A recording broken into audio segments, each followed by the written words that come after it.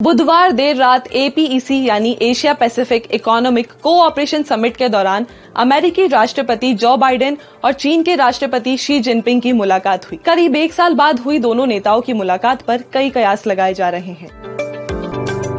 राष्ट्रपति बाइडेन और जिनपिंग ने करीब 4 घंटे तक बातचीत की। इस दौरान कई जरूरी मुद्दों पर चर्चा हुई, लेकिन दोनों के बीच तनाव भी साफ देखने को मिला। इस मुलाकात का मकसद था दोनों देशों के बीच फिर से बातचीत का दौर शुरू हो, जिससे रिश्तों में नरमी आए। वैसे तो इनके बीच रिश्ते बीते कुछ सालों से कुछ खास अच्छे नहीं थे, लेकिन आज जो तनाव अपने चरम पर दिखता है वो करीब 5 साल पुराना है। इसके अलावा कोरोना महामारी, दक्षिण चीन सागर, व्यापार शर्तों और ताइवान, हांगकांग जैसे मुद्दों को लेकर अमेरिका का चीन के साथ विवाद बढ़ता चला गया। इसका नतीजा ये निकला कि अमेरिका ने चीन के व्यापार समेत कई चीजों पर प्रतिबंध लगा दिया।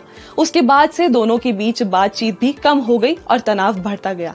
साल 2018 में चीन में अमेरिका का निर्यात कुल $120 बिलियन था, जो 2017 के मुकाबले 7.4% यानी $9.6 बिलियन कम था।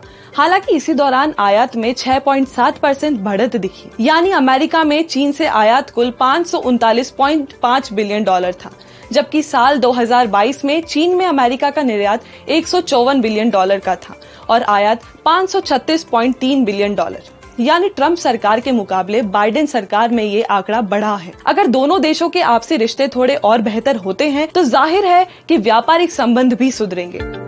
अगर ऐसा हुआ तो भारत पर इसका असर पड़ेगा। अमेरिका और चीन ने अगर आर्टिफिशियल इंटेलिजेंस यानी AI पर साथ मिलकर काम शुरू किया तो भारत पीछे छूट सकता है कुछ समय पहले ही। इसके अलावा अगर दोनों देशों के बीच व्यापार फिर से मजबूत होता है तो भारत को नुकसान झेलना पड़ सकता है।